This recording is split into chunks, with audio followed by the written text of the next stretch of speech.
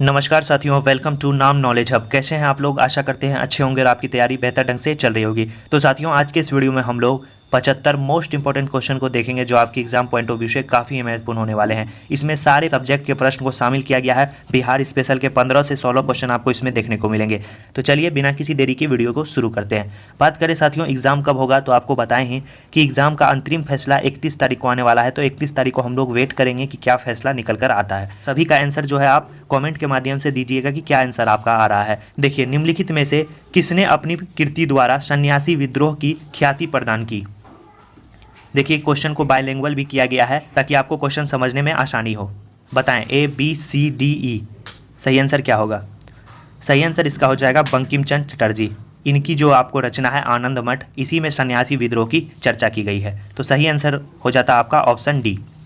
अगला प्रश्न है, हम लोग देखेंगे कि कूका आंदोलन की नींव पड़ी थी। कहाँ पड़ी थी बताना है आपको, बिहार में, पंजाब में, महाराष्ट्र में या बंगाल में? सही आंसर इसका हो जाएगा, इसकी जो नींव पड़ी थी वो आपको कहाँ पड़ी थी? पंजाब में। याद रखना है, पंजाब में इसकी नींव पड़ी थी। अगला प्रश्न हम लोग देखेंगे। प्रश्न है आपका कि वेल्लोर का विद्रोह किस गवर्नर जनरल के समय हुआ था? बताना है आपको इसका सही आंसर। सही आंसर इसका हो जाएगा सर जॉर्ज बार्लो के समय जो है वेल्लोर का विद्रोह हुआ था। याद रखना है किसके समय? Sir George Barlow. अगला क्वेश्चन है कि निम्नलिखित युग में कौन सा सम्मिलित नहीं है? अच्छे से पढ़ें। सही आंसर इसका हो जाएगा ऑप्शन आपका ए, नायक ताना भगत। ये गलत है। बाकी अहोम, गोमधर कुंवर सही है, मुंडा बिरसा मुंडा सही है, संथाल सिद्धू और कानू सही है।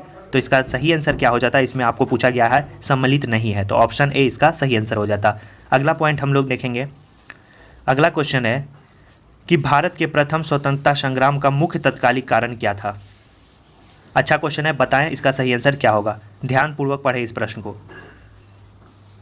सही आंसर इसका हो जाएगा अंग्रेजों का धर्म में हस्तक्षेप का संदेह। यही जो है भारत के स्वतंत्रता संग्राम का मुख्य तत्कालिक कारण था। चलिए आगे बढ़ते हैं।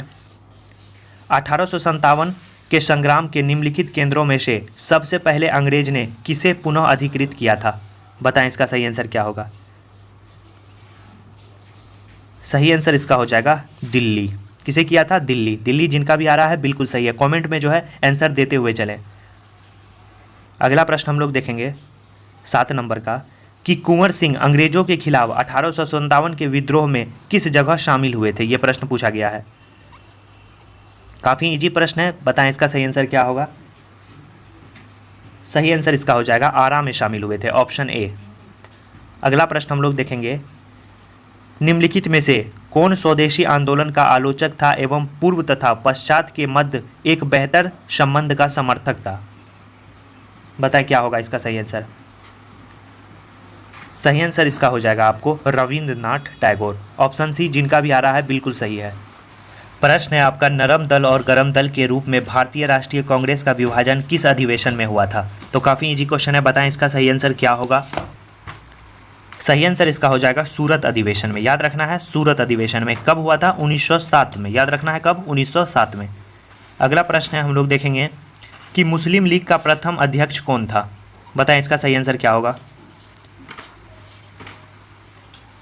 सही आंसर इसका हो जाएगा आगा खां। कौन था? आगा खां।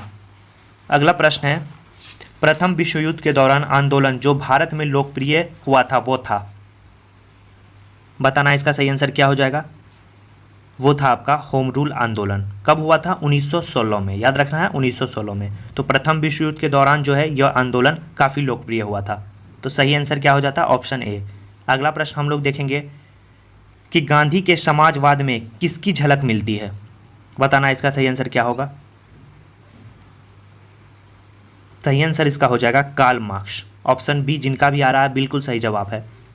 अगला प्रश्न हम लोग देखेंगे कि मुसलमान यदि खुश और संतुष्ट हैं तो भारत में ब्रिटिश शक्ति का महत्तम बचाव होगा, यह किसने लिखा?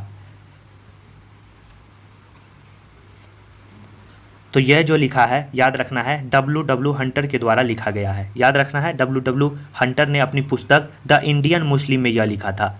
तो याद रखेंगे W हंटर इसका सही आंसर हो जाएगा। अगला प्रश्न हम लोग देखेंगे कि अखिल भारतीय किसान सभा का गठन किस वर्ष किया गया था? सही आंसर इसका हो जाएगा 1936 में किया गया था। ऑप्शन बी जिनका भी आ रहा है बिल्कुल सही। बात करें कि बिहार प्रांतीय किसान सभा का गठन कब किया गया था, तो वो आपको 1929 में किया गया था, तो कंफ्यूज नहीं होना है। अखिल भारतीय किसान सभा अलग है, बिहार प्रांतीय किसान सभा अलग है। अगला प्रश्न है कि क्रांतिकारी गतिविधियों के साथ कौन सी पत्रिका जुड़ी हुई नहीं थी, तो सही आंसर इसका हो जाएगा आपको यंग इंडिया। क्या हो जाएगा? Young India. किसके द्वारा लिखी गई थी? महात्मा गांधी के द्वारा। याद रखना है, महात्मा गांधी के द्वारा। अगला प्रश्न है, साथियों चैनल पे पहली बार आए हैं तो चैनल को जरूर सब्सक्राइब कर दें, वीडियो को लाइक करना ना भूलें। अगला प्रश्न है कि बहमनी साम्राज्य का जो है संस्थापक किसे माना जाता है या कौन था? बताएं इसका सही आंसर क्या हो जाएगा? A B C D I. सही आंसर इसका हो जाएगा अलाउद्दीन हसन। क्या हो जाएगा? अलाउद्दीन हसन। इसे ही बहमनी साम्राज्य का जो है संस्थापक माना जाता है। अगला प्रश्न है कि फारसी यात्री अब्दुल रज्जाक भारत में किस राजा के शासनकाल में आया था? अच्छा क्वेश्चन है, बताएं इसका सही आंसर।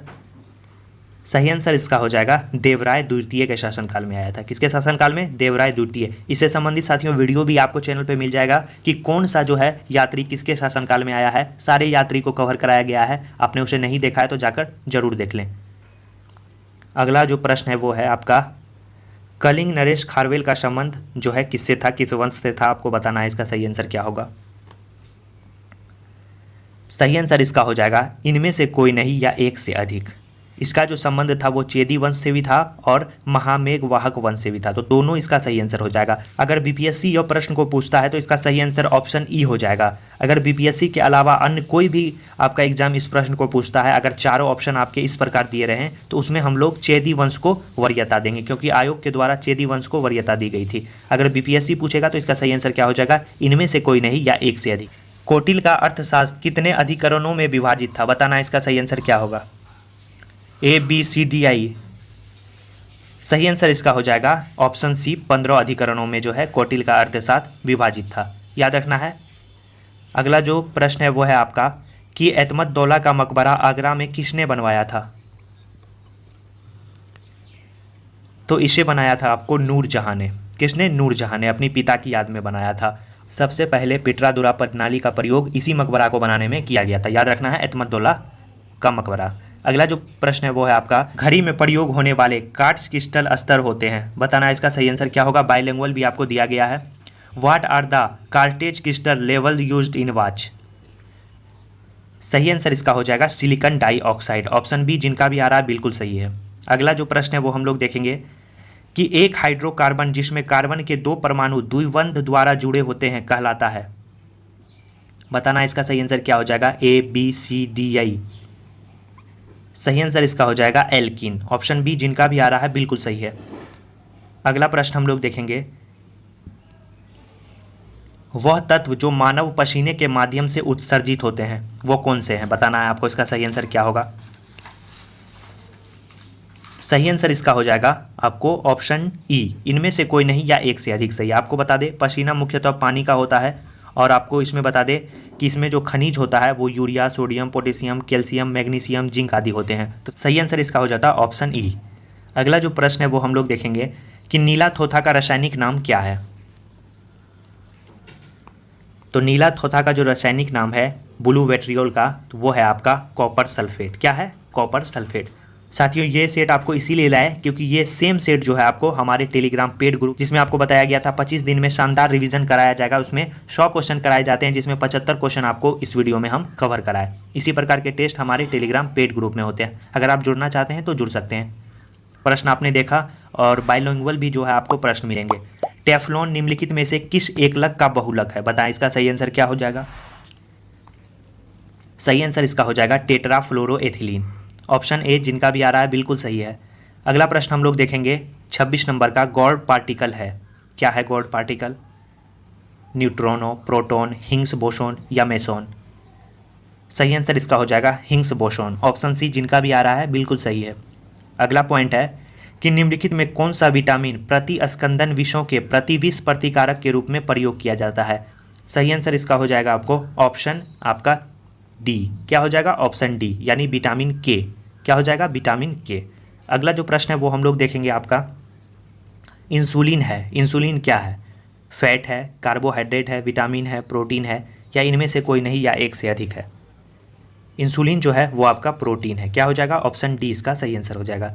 अगला प्रश्न है कि वह जीव कौन सा है जो वायु प्रदूषण को मॉनिटर करता है? बताएं क्या होगा सही आंसर? सही आंसर इसका हो जाएगा आपको लाइकेन। क्या हो जाएगा? लाइकेन। ऑप्शन बी इसका सही आंसर हो जाएगा। अगला प्रश्न है कि एसेरोल का उदाहरण क्या है?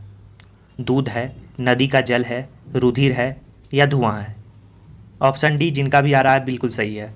अगला प्रश्न है कि औसत मानव मस्तिष्क का वजन होता है, क्या होता है बताएं? ए, बी, सी, डी या ई? सही आंसर इसका हो जाएगा ऑप्शन बी 1.36 जो केजी है, यही मानव के मस्तिष्क का औसत वजन होता है।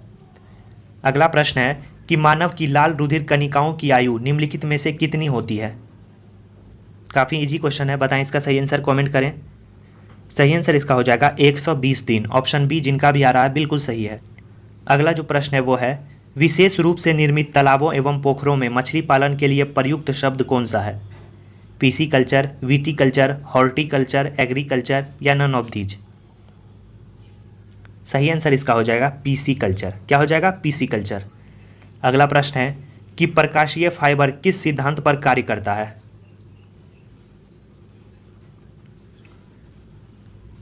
सही आंसर इसका हो जाएगा टोटल इंटरनल रिफ्लेक्शन, यानी पूर्ण आंतरिक परावर्तन के सिद्धांत पर कार्य करता है आपका प्रकाशीय फाइबर। याद रखना है, प्रकाशीय फाइबर। अगला प्रश्न है कि सूर्य की किरणें किस प्रक्रिया द्वारा पृथ्वी पर पहुंचती है? बताना है इसका सही आंसर। विकिरण, चालन, संवहन, विसरण, या इनमें से कोई नहीं? सही आंसर इसका हो जाएगा विकिरण। ऑप्शन ए जिनका भी आ रहा है बिल्कुल सही है। अगला प्रश्न है कि किसी भू स्तरणीय उपग्रह की ऊंचाई पृथ्वी की सतह से लगभग कितने किलोमीटर होती है? बताएं इसका सही आंसर क्या होगा? सही आंसर इसका हो जाएगा 36,000 किलोमीटर। ऑप्शन ए जिनका भी आ रहा है बिल्कुल सही है। अगला जो प्रश्न है वो है आपका पृथ्वी की त्रिज्या कितनी है? बताएं। काफ़ी अच्छा क्वेश्चन है, एग्जाम में पूछे जाने की संभावना है।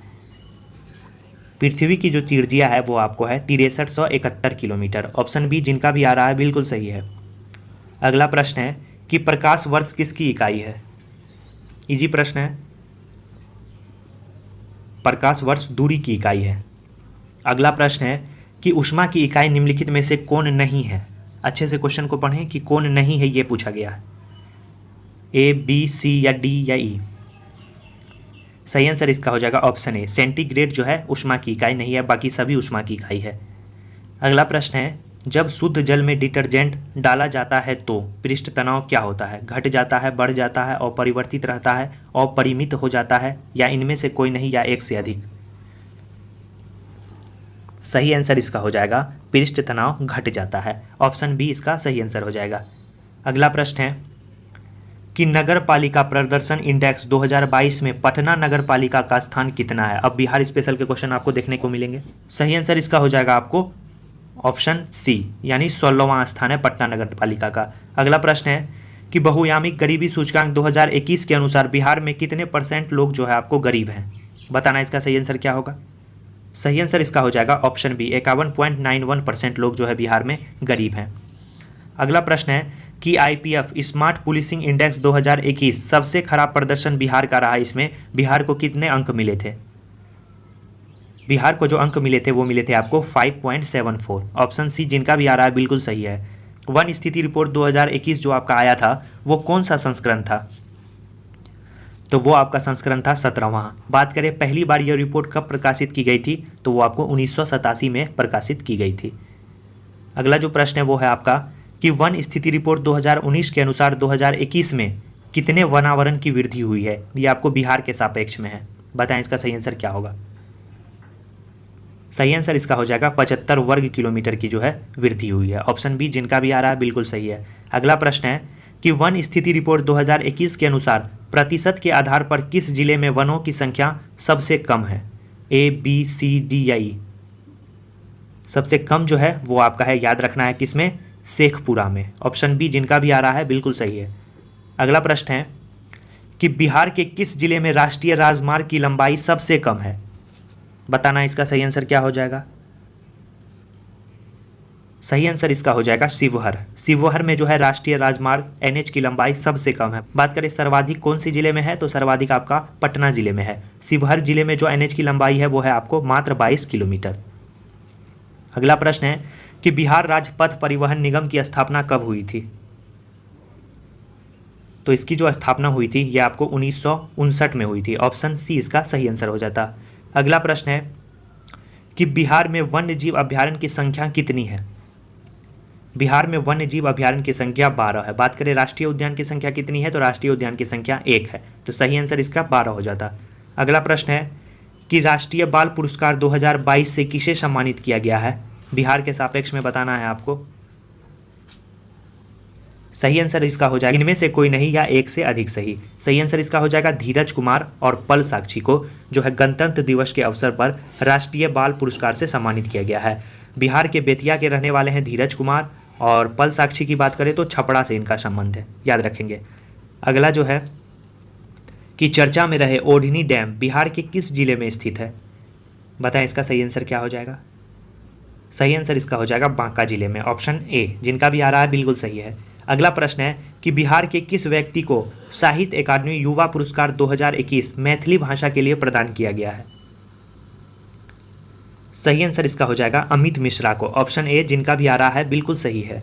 अगला प्रश्न है आपका कि 9 जनवरी को पटना कॉलेज का 160वां स्थापना दिवस मनाया गया। इस कॉलेज की स्थापना कब हुई थी, बताएं। अच्छा क्वेश्चन है। सही आंसर इसका हो जाएगा 1863 ईस्वी में जो है इसकी स्थापना हुई थी। अगला प्रश्न है कि बिहार के किस जिले में राज्य का पहला तैरता हुआ सोलर बिजली प्लांट शुरू किया गया है। आपको बताए थे, ये प्रश्न बार बार बताए हैं। सही आंसर इसका हो जाएगा दरभंगा में। Option D. बिहार में आपातकालीन सेवाओं के लिए कौन सा नंबर जारी किया गया, बताएं इसका सही आंसर क्या हो जाएगा। सभी आपातकालीन सेवाओं के लिए एक ही नंबर अब आपको डायल करना होगा, वो कौन सा नंबर है बताएं। सही आंसर इसका हो जाएगा 112। ऑप्शन डी इसका सही आंसर हो जाएगा। अगला जो प्रश्न है वो हम लोग देखेंगे। पाटलिपुत्र में स्थित चंद्रगुप्त का महल मुख्यतः बना था, किससे बना था, तो वो आपका बना था लकड़ी से। ऑप्शन सी इसका सही आंसर हो जाता। अगला जो प्रश्न है कि बोध गया में बोधि वृक्ष अपने किस पीढ़ी का है। सही आंसर इसका हो जाएगा 5वीं पीढ़ी का है। ऑप्शन डी इसका सही आंसर हो जाएगा। अगला जो प्रश्न है कि कर्नाट वंश के संस्थापक कौन थे, तो कर्नाट वंश के जो संस्थापक थे आपको वो न्यायदेव थे। कौन थे, न्यायदेव। अगला प्रश्न है कि कर्नाट वंश के बाद कौन सा वंश सत्ता में आया। चैप्टर वाइज आपका बिहार स्पेशल चलता है जिसमें हम लोग एंशिएंट बिहार को शुरू किए थे, तो उसी के प्रश्न हैं, क्योंकि आपको बोला गया था कि 25 दिन में बिहार स्पेशल के जितने भी महत्वपूर्ण टॉपिक है सभी को कवर किया जाएगा। हम लोगों ने बिहार का सामान्य परिचय देख लिया है और एंशिएंट देख लिया है। अब जो है आपका मेडाइवल होगा, उसके बाद मॉडर्न बिहार को हम लोग शुरू करेंगे। सही आंसर इसका हो जाएगा तुगलक वंश का शासन आया था। ऑप्शन डी जिनका भी आ रहा है बिल्कुल सही है। अगला प्रश्न है कि किस शासक ने नालंदा के ओदंतपुरी में एक मठ का निर्माण कराया था, बताएं इसका सही आंसर क्या हो जाएगा। सही आंसर इसका हो जाएगा गोपाल ने। ऑप्शन ए जिनका भी आ रहा है बिल्कुल सही है। अगला प्रश्न है आपका 61 नंबर का कि भारत में संसदीय प्रणाली की सरकार है क्योंकि, बताएं इसका सही आंसर क्या होगा। अच्छा क्वेश्चन है, पॉलिटी के प्रश्न अब आने लगे। सही आंसर इसका हो जाएगा मंत्रिपरिषद लोकसभा के प्रति उत्तरदायी है। ऑप्शन सी जिनका भी आ रहा है बिल्कुल सही है। अगला प्रश्न है कि निम्नलिखित नेताओं में से कौन सा दल रहित लोकतंत्र की अवधारणा से संबंधित है। सही आंसर इसका हो जाएगा आपको जयप्रकाश नारायण। ऑप्शन बी जिनका भी आ रहा है बिल्कुल सही है। भारत के राष्ट्रपति के महाभियोग की प्रक्रिया है, तो वह है आपकी अर्धन्यायिक प्रक्रिया। याद रखना है अर्धन्यायिक प्रक्रिया। ऑप्शन डी जिनका भी आ रहा है बिल्कुल सही है। अगला प्रश्न है कि भारत का प्रधानमंत्री होता है, क्या होता है, नियुक्त होता है, निर्वाचित होता है, मनोनीत होता है या चयनित होता है, बताएं इसका सही आंसर क्या हो जाएगा। सही आंसर इसका हो जाएगा नियुक्त होता है। ऑप्शन सी इसका सही आंसर हो जाएगा। अगला प्रश्न है बिहार में लोकायुक्त का गठन कब किया गया था, बताएं इसका सही आंसर क्या हो जाएगा। सही आंसर हो जाएगा आपको 2019 में जो इसका गठन किया गया था। ऑप्शन डी जिनका भी आ रहा है बिल्कुल सही है। अगला प्रश्न है कि भारतीय दंड संहिता की किस धारा के अनुसार आत्महत्या के प्रयास को दंडनीय अपराध माना गया है। अच्छा क्वेश्चन है, बताएं इसका सही आंसर क्या हो जाएगा। सही आंसर इसका हो जाएगा आपको धारा 309, ऑप्शन डी जिनका भी आ रहा है बिल्कुल सही है। अगला प्रश्न है कि कौन सा संविधान संशोधन के तहत किसी राज्यपाल को 2 या 2 से अधिक राज्यों के राज्यपाल बनाया जा सकता है, बताएं।